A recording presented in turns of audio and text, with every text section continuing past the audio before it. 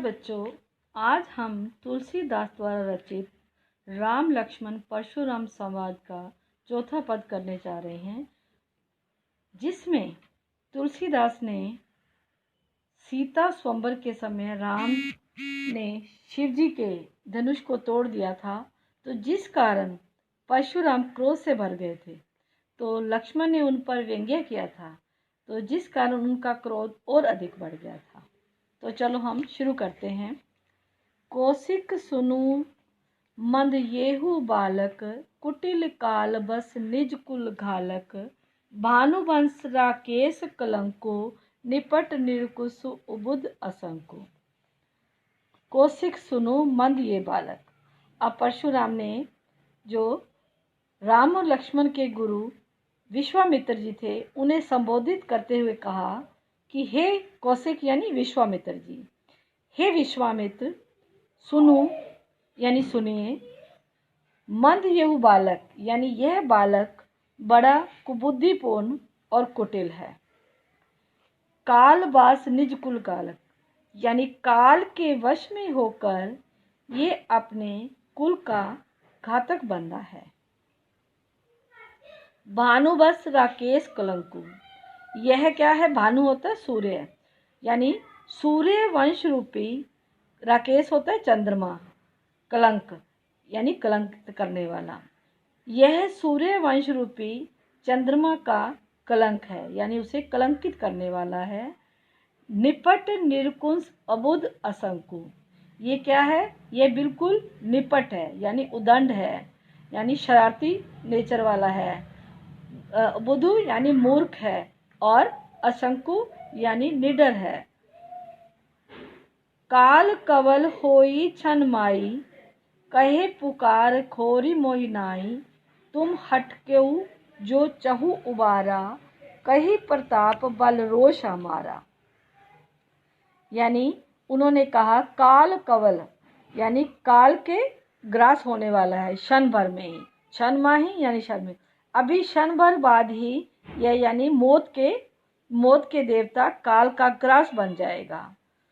मैं पुकार कर कहता हूँ, कहो पुकारी कोई मैं, यानी मैं पुकार कर कह देता हूँ कि इसके यानी जब ये काल के वश में हो जाएगा, खोरी मोहि नाई यानी मुझे दोष ना देना।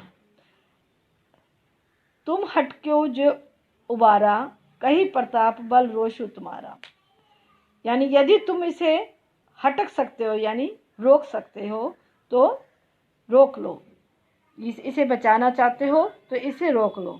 ये हमारे क्या है? ये हमारे कही प्रताप बल रोष हमारा, ये हमारा प्रताप बल और क्रोध बताकर ऐसा करने से इसे रोक दो, यानी इसे बता दो कि हम कितने बलशाली हैं, क्रोधित हैं और प्रतापी हैं। अगर तुम्हें इसे बचाना चाहते हो तो इसे रोको। लखन कहू मुनि सूजस तुम्हारा, तुम्हें अछत को बरने पारा। जब लक्ष्मण ने ये बात सुनी, तब लक्ष्मण ने कहा, हे मुनि, आपका सुयश आपके रहते तुम्हें अछत को बरने पारा, और कौन वर्णन कर सकता है? यानी आप अपने यश का वर्णन स्वयं कर रहे हो, तो आपके यश का वर्णन और कौन कर सकता है? अपने मुँह तुम अपनी करनी, बार अनेक भांति बहुबरनी। आपने पहले ही अनेक बार अपने ही मुँह से अपनी करनी को बताया है, कह डाला है, यानी अपनी करनी का वर्णन किया है। बार अनेक बहुत बरनी, यानी बहुत बार इसका वर्णन कर चुके हो। नहीं संतोष थे पुनि कुछ कहो, अगर इतने पर भी आपको संतोष नहीं हुआ तो फिर कुछ और कह डालो। जनि रिस रोक दुसह दुख सहु, आप अपने क्रोध को रोक कर इतना दुख क्यों सहन कर रहे हो? यानी उस दुख को मत सहन करो। वीर व्रति तुम धीर अशोभा, गारी देत न पावो शोभा। तुम क्या हो? तुम वीरता का व्रत धारण करने वाले हो, तुम धैर्यवान हो, और अशोभा यानी तुम शोभ से रहित हो। गाली देत न पावो शोभा, गाली देते हुए आपको शोभा नहीं देता। सूर समर करनी करई, कहीं न जनावे आप, विद्यमान रन पाई रिपु, कायर कथि प्रताप। अब उन्होंने कहा कि शूरवीर जो होते हैं यानी शूर यानी शूरवीर, समर होता है युद्ध, यानी शूरवीर तो युद्ध में अपनी शूरवीरता का कार्य करते हैं और वे ऐसे अपनी मतलब बार बार जताते नहीं हैं। विद्यामान रन पाई रिपु कायर कथि प्रताप, यानी अपनी वीरता का बखान नहीं करते। शत्रु विद्यामान रन पाई, यानी जो शत्रु होते हैं, जो शत्रु को युद्ध में पाकर कायर ही अपने प्रताप की डींगे मारते हैं, यानी अपने अपने शूरवीरता का परिचय देते हैं। तुम तो काल हांक जनुलावा बार बार मोहि लागी बुलावा, सुनत लखन के बचन कठोरा परस सुधार धरऊ कर गोरा।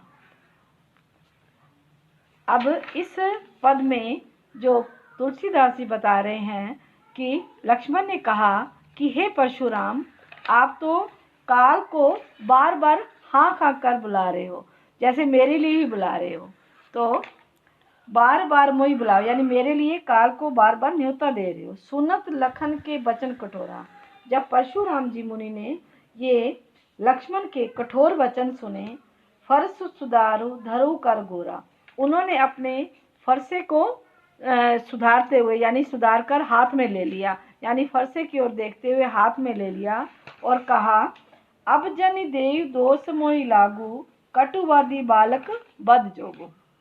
अब वो जो सामने सभी बैठे होती है, सभा बैठी होती है, तो वो उन्होंने कहा कि जब लोग अब मुझे कोई लोग दोष ना दें, तो यह शब्द, ये कड़वे शब्द बोलने वाला कटुवादी जो बालक है, ये तो मारने योग्य है, यानी वध करने योग्य है।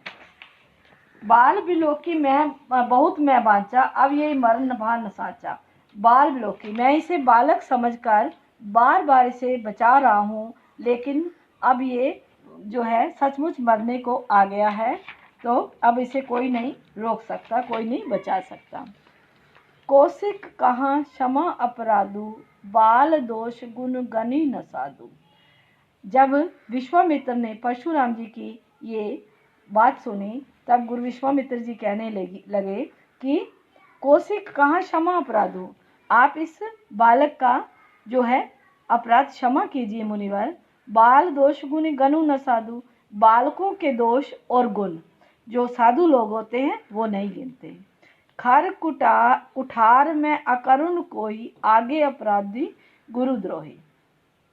अब जब उन्होंने परशुराम बोले कि जो मेरा जो फरसा है वो बड़ा कठोर है, जो मेरा खर है, जो मेरा जो तलवार है, मेरा जो फरसा है, वो तीखी धार वाला जो कुठार है, वो अब दया रहित है और आगे अपराधी गुरुद्रोही।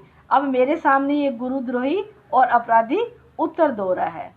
उत्तर देत छोड़ बिनु मारे केवल कौशिकशील तुम्हारे, यानी अब वो क्या कहते हैं परशुराम जी, विश्वामित्र जी को कहते हैं कि मैं आपके शील और प्रेम के कारण, शील स्वभाव और प्रेम के कारण इसे क्या है बिना मारे छोड़ देता हूँ। उत्तर दे छोड़ बिनु मारे, यानी आप के शील स्वभाव के कारण और मैं इसे बिना मारे छोड़ रहा हूँ। नाता यही काटी कुठार कुठोरे गुरु ऋण होते श्रम थोरे, नहीं तो इस कठोर फरसे से काटकर थोड़े से परिश्रम से मैं किससे हो जाता, गुरु और ऋण से, यानी गुरु के कर से मुक्त हो जाता। परिश्रम होता है परिश्रम, यानी थोड़े से परिश्रम से ही गुरु और ऋण से मुक्त हो जाता। गादी सुनु कह हृदय हसी मुनि हरि सूझ, अयम में खांड न ऊख में अजू न बूझ अबूझ।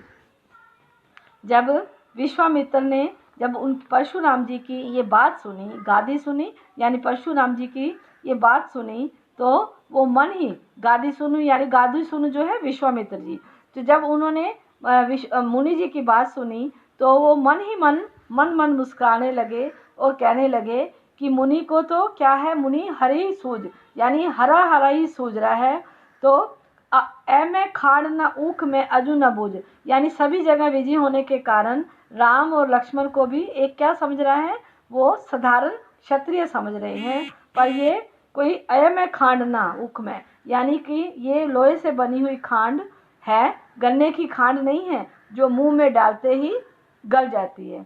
मुनि जो थे अभी तक बेसमझ बने हुए हैं और इनके प्रभाव को नहीं समझ रहे। कहने का भाव ये है कि राम और लक्ष्मण की शक्ति को समझ नहीं रहे हैं।